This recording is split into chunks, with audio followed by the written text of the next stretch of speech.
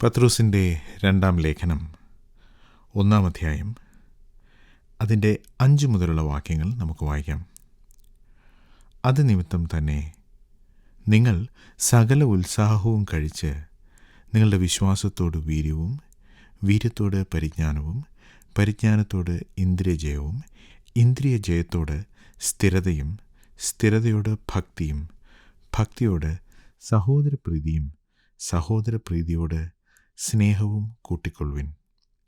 ഇവ നിങ്ങൾക്കുണ്ടായി വർദ്ധിക്കുന്നുവെങ്കിൽ നിങ്ങൾ നമ്മുടെ കർത്താവായ യേശുക്രിസ്തുവിൻ്റെ പരിജ്ഞാനം സംബന്ധിച്ച് ഉത്സാഹമില്ലാത്തവരും നിഷ്ഫലന്മാരും ആയിരിക്കില്ല.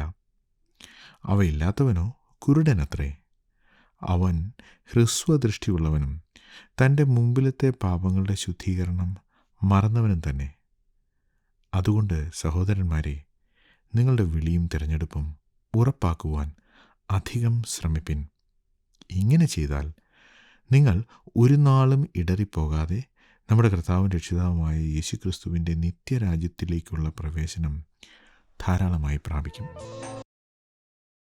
ഒരു ക്രിസ്ത്യാനിയുടെ ആത്മീകമായ ജീവിതത്തിന് ആവശ്യമുള്ളതൊക്കെയും അവന് നൽകപ്പെട്ടിട്ടുണ്ട് എന്നാണ് പത്രോസ് അപ്പോസ്തലൻ ഈ ഭാഗത്ത് നമ്മെ ഓർമ്മിപ്പിക്കുന്നത്.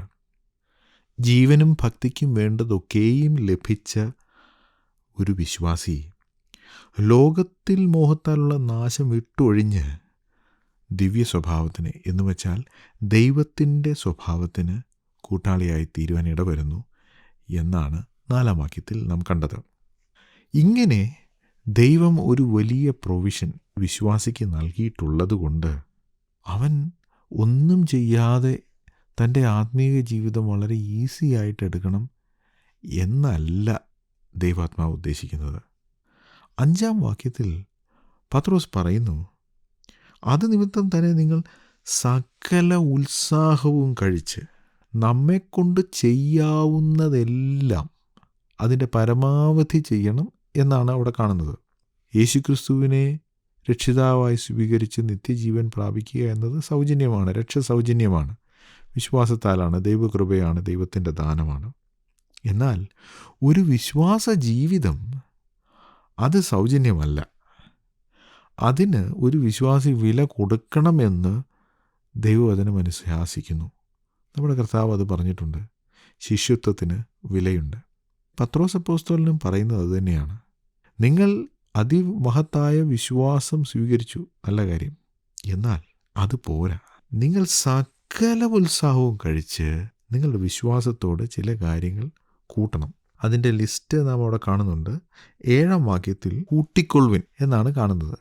ഇത് വളരെ അർത്ഥവ്യാപ്തിയുള്ള ഒരു പദപ്രയോഗമാണ് എന്നാണ് വേദപണ്ഡിതന്മാർ അവകാശപ്പെടുന്നത്. കൂട്ടിക്കൊള്ളുവിൻ എന്ന ആ പദപ്രയോഗം യാതൊരു പിശുക്കുമില്ലാതെ വളരെ ധാരാളമായി നിർലോഭമായി ചെയ്യുന്ന ഒരു കാര്യം എന്ന അർത്ഥത്തിലാണ് ഉപയോഗിച്ചിരിക്കുന്നത്.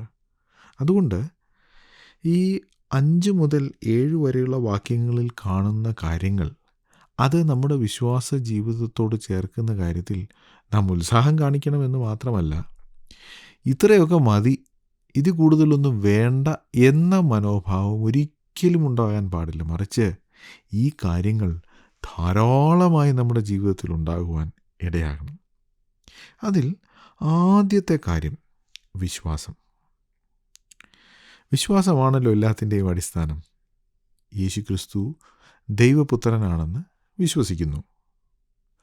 ആ വിശ്വാസത്തിൻ്റെ അടിസ്ഥാനത്തിൽ താൻ കാൽവറിയിലെ ക്രൂശിൽ ചെയ്ത മനുഷ്യൻ്റെ പാപപരിഹാരത്തിനു വേണ്ടി ചെയ്ത ആ വലിയ യാഗം, അത് എൻ്റെ പാപത്തിനു വേണ്ടിയാണെന്ന് ഒരു വ്യക്തി വിശ്വസിക്കുന്നു. യേശുക്രിസ്തു ദൈവപുത്രനാണെന്ന് വിശ്വസിക്കുന്നത് മുഖാന്തരം തനിക്ക് ഓരോരുത്തരുടെയും ജീവിതത്തിൽ അധികാരമുണ്ടെന്നും അങ്ങനെ യേശുക്രിസ്തുവിനെ കർത്താവായി സ്വീകരിക്കുകയും ചെയ്യുന്ന ആളുകൾ, ആ വിശ്വാസമാണ് അവരെ രക്ഷിക്കുന്നത്. ആ വിശ്വാസം ആണ് എല്ലാത്തിൻ്റെയും അടിസ്ഥാനം. അത് രക്ഷിക്കുന്ന വിശ്വാസമാണ്. ഈ രക്ഷിക്കുന്ന വിശ്വാസത്തോടാണ് അതിന് ശേഷം പറയുന്ന കാര്യങ്ങൾ കൂട്ടേണ്ടത്. വിശ്വാസത്തെക്കുറിച്ച് പറയുമ്പോൾ എല്ലാവർക്കും വിശ്വാസമുണ്ട്. ചില ആളുകളോട് സുവിശേഷം പറയുമ്പോൾ അവർ പറയും, കർത്താവ് തന്നെ പറഞ്ഞിട്ടില്ലേ, ഓരോരുത്തൻ്റെ വിശ്വാസം അവരവരെ രക്ഷിക്കുമെന്ന്. ഈ പറച്ചിൽ അനേകർ പറയുന്നതാണ് എങ്കിലും അത് ശരിയല്ല. കാരണം കർത്താവ് ആരോടും ഒരിക്കലും പറഞ്ഞില്ല ഓരോരുത്തരുടെ വിശ്വാസം അവരവരെ രക്ഷിക്കുമെന്ന്. യേശുക്രിസ്തു ദൈവപുത്രനാണെന്നും മനുഷ്യ ശരീരത്തിൻ്റെ മേൽ, രോഗത്തിൻ്റെ മേൽ അധികാരമുള്ളവനാണെന്നും വിശ്വസിച്ച ഒരു സാധു സ്ത്രീ, അവൾക്ക് രക്തസ്രാവത്തിൻ്റെ അസുഖമുണ്ടായിരുന്നു. അവൾ ഈ തിരക്കിനിടയിൽ കൂടി വന്ന് യേശുവിൻ്റെ വസ്ത്രത്തിൻ്റെ തൊങ്ങലൊന്ന് തൊട്ടു. തൊടാൻ കാരണം, ഈ തൊങ്ങലൊന്ന് തൊട്ടാൽ മതി എനിക്ക് സൗഖ്യം കിട്ടുമെന്ന വിശ്വാസം. അവൾ വന്ന് യേശുവിനെ തൊട്ടു, അവൾക്ക് സൗഖ്യം ലഭിച്ചു.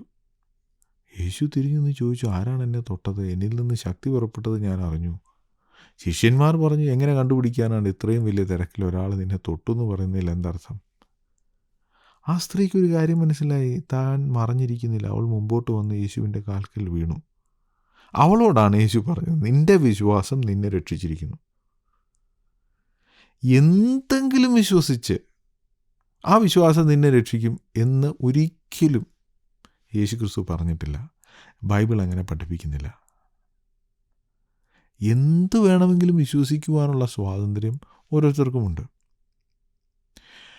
ഇന്നത്തെ കാലത്ത് തെറ്റായ അനേക കാര്യങ്ങൾ വിശ്വസിക്കുന്ന അനേക ആളുകളുണ്ട്. തെളിവുകൾക്കെതിരായി തെറ്റായ കാര്യങ്ങൾ വിശ്വസിക്കുന്നവരുണ്ട്. അവരുടെയൊക്കെ വിശ്വാസം അവരെ രക്ഷിക്കുമെന്ന് പറയുന്നത് ശരിയല്ല. അവരുടെ വിശ്വാസം അവരെ അപകടത്തിലെത്തിക്കും. എന്നാൽ യേശുക്രിസ്തു പറഞ്ഞത്, എന്നിൽ വിശ്വസിച്ചു, എനിക്ക് രോഗത്തെ സൗഖ്യമാക്കുവാൻ കഴിവുണ്ടെന്ന് അവൾ വിശ്വസിച്ചു, ഞാൻ ദൈവപുത്രനാണെന്ന് അവൾ വിശ്വസിച്ചു, ആ വിശ്വാസം നിന്നെ രക്ഷിച്ചിരിക്കുന്നു എന്നാണ് യേശു പറഞ്ഞത്. അതുകൊണ്ട് എല്ലാ വിശ്വാസവും രക്ഷിക്കുകയില്ല. ചില ആളുകൾക്ക് അവരുടെ പാരമ്പര്യത്തിലാണ് വിശ്വാസം.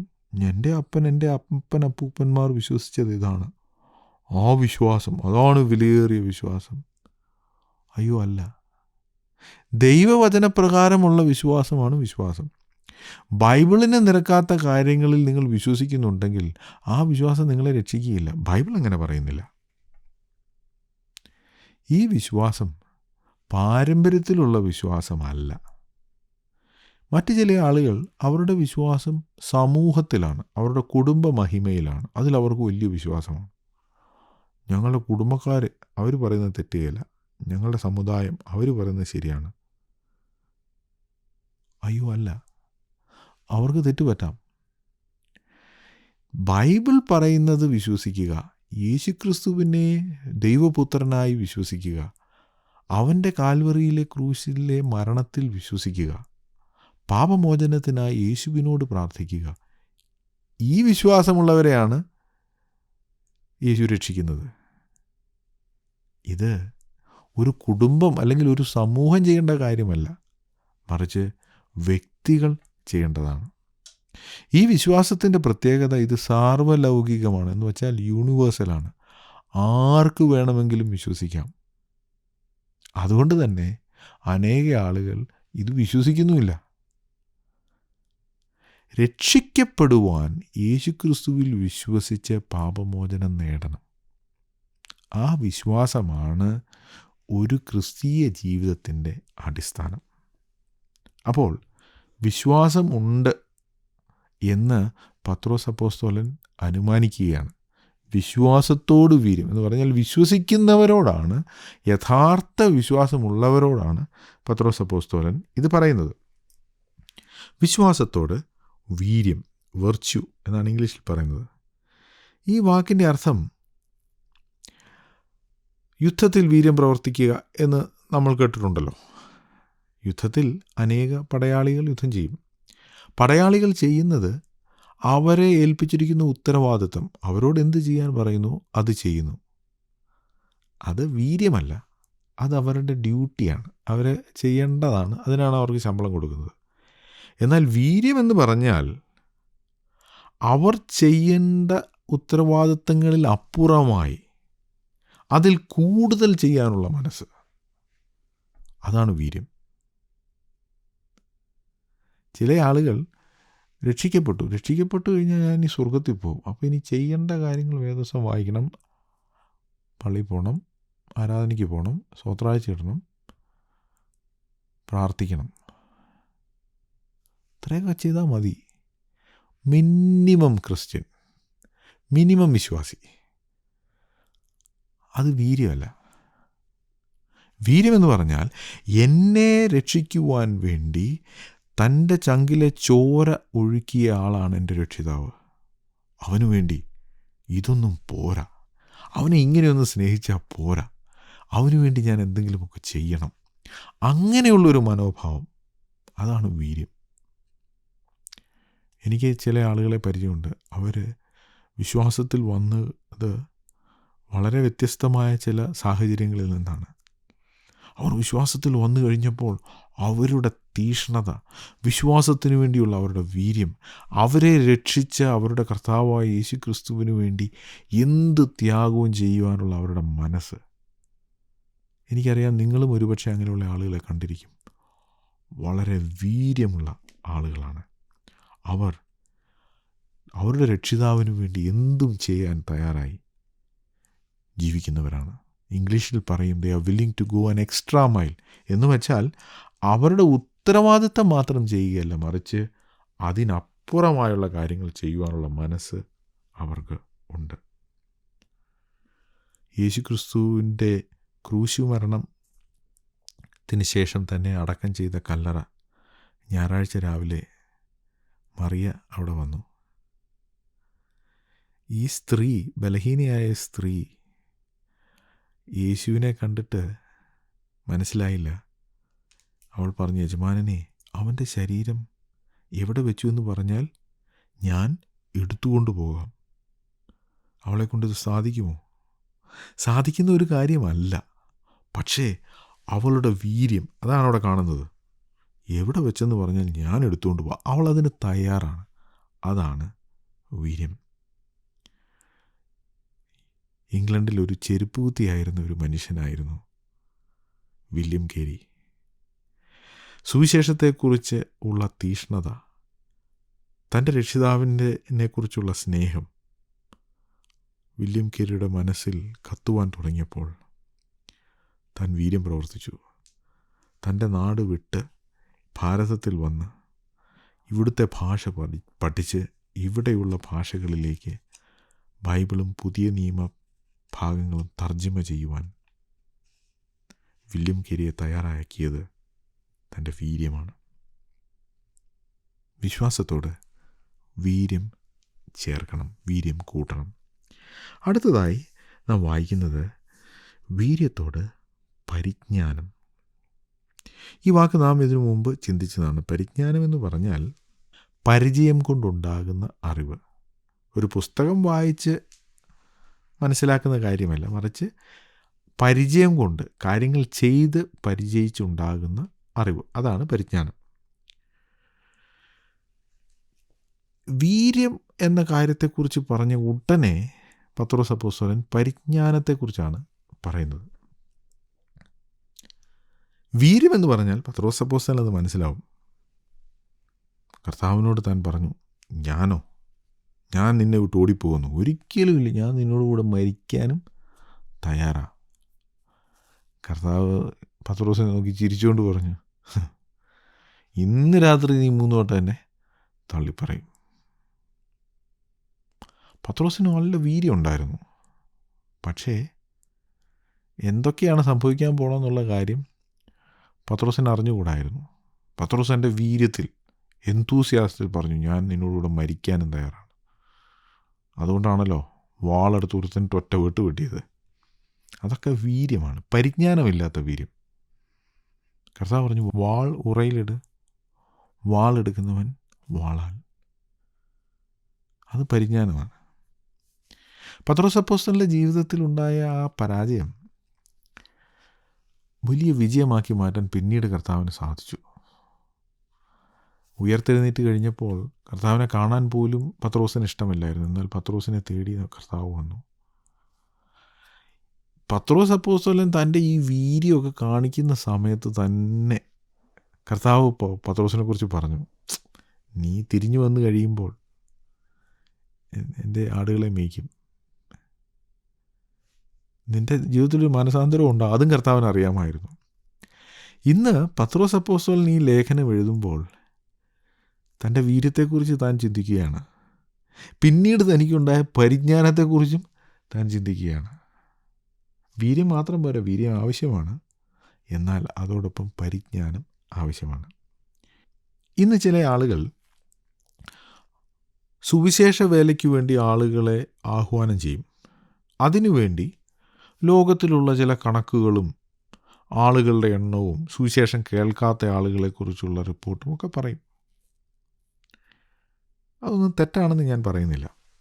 എന്നാൽ ഇങ്ങനെ സുവിശേഷം കേൾക്കാത്ത അനേക ആളുകൾ ഈ ലോകത്തിലുണ്ട്, അതുകൊണ്ട് നിങ്ങൾ സുവിശേഷ വേലയ്ക്ക് പോകണം, അത് അത്ര ശരിയാണെന്ന് എനിക്ക് തോന്നുന്നില്ല. അത് വീര്യമായിരിക്കാം, പക്ഷെ അത് പരിജ്ഞാനമല്ല. ലോകത്തിൽ സുവിശേഷം കേൾക്കാതെ മരിച്ചു പോകുന്ന എല്ലാവരുടെയും രക്തം ദൈവം നിങ്ങളോട് ചോദിക്കുകയില്ല.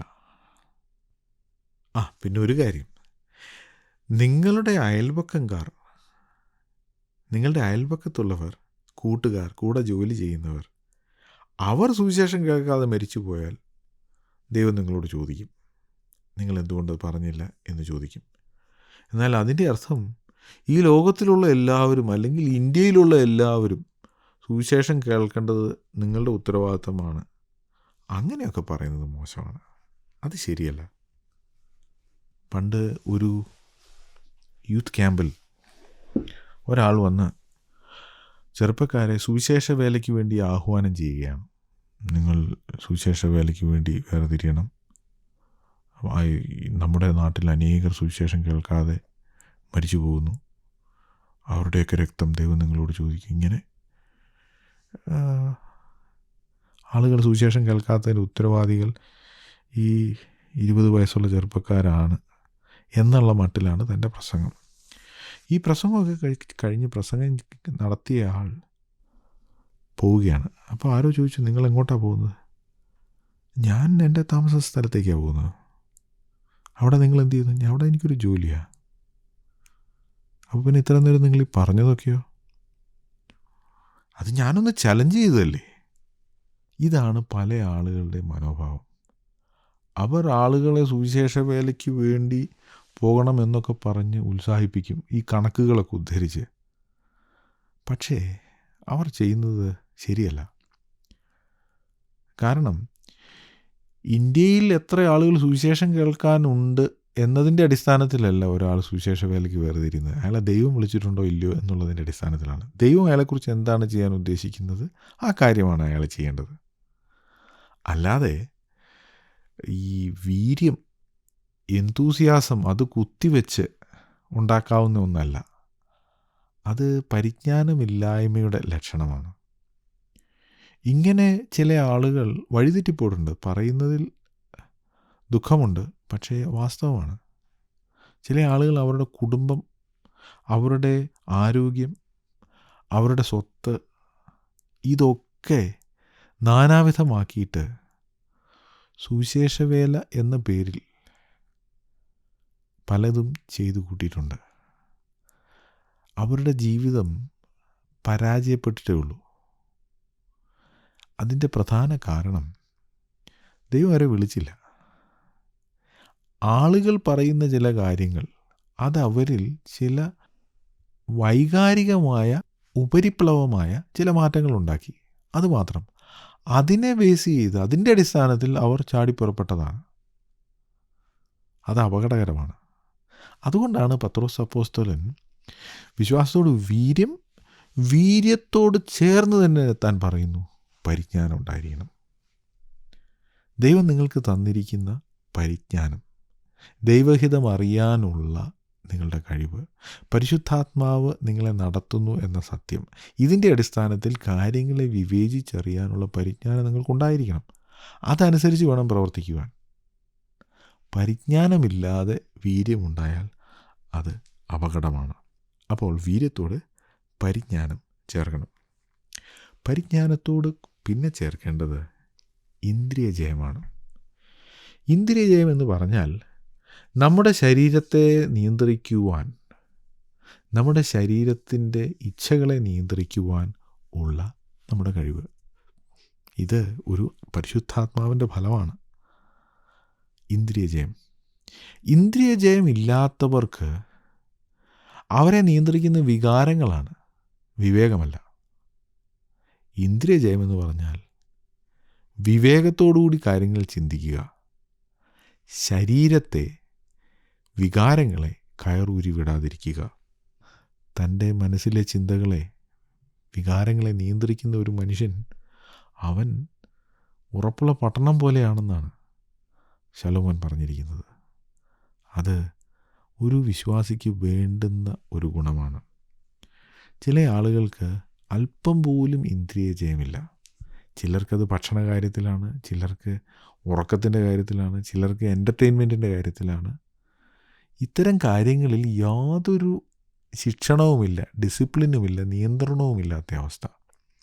അത് ഒരു വിശ്വാസിക്ക് ചേർന്നതല്ല. ഭക്ഷണം മോശമാണെന്നല്ല, എൻ്റർടൈൻമെൻറ്റ് പാടില്ലെന്നല്ല, മനുഷ്യർ വിശ്രമിക്കരുതെന്നല്ല. എന്നാൽ ഈ കാര്യങ്ങൾ നമ്മെ നിയന്ത്രിക്കാനിടയാകരുത്. അവ നമ്മുടെ നിയന്ത്രണത്തിലായിരിക്കണം.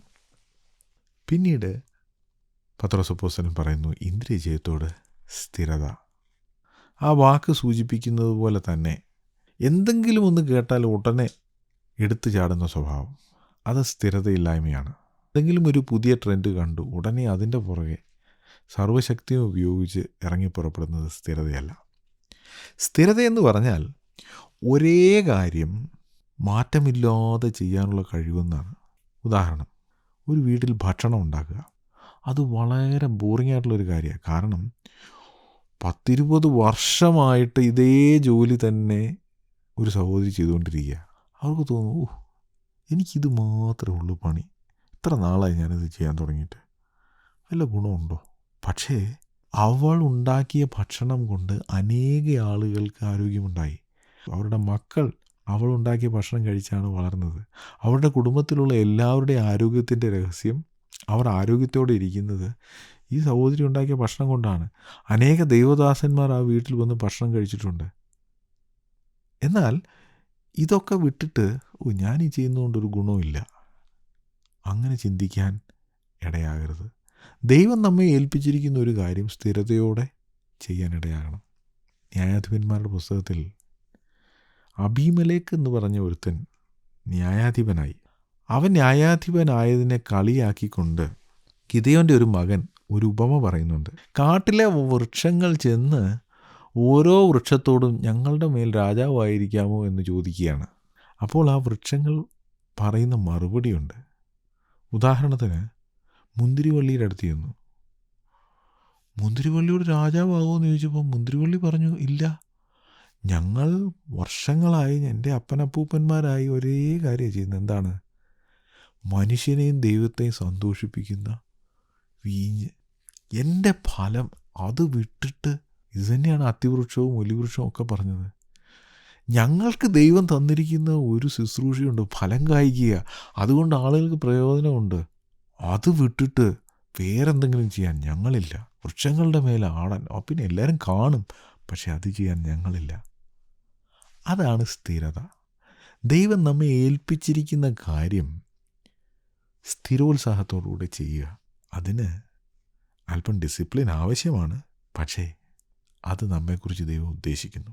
ഞങ്ങളെ വിളിക്കുവാൻ ആഗ്രഹിക്കുന്നുവെങ്കിൽ 098802221957 എന്ന നമ്പർ ഉപയോഗിക്കുക.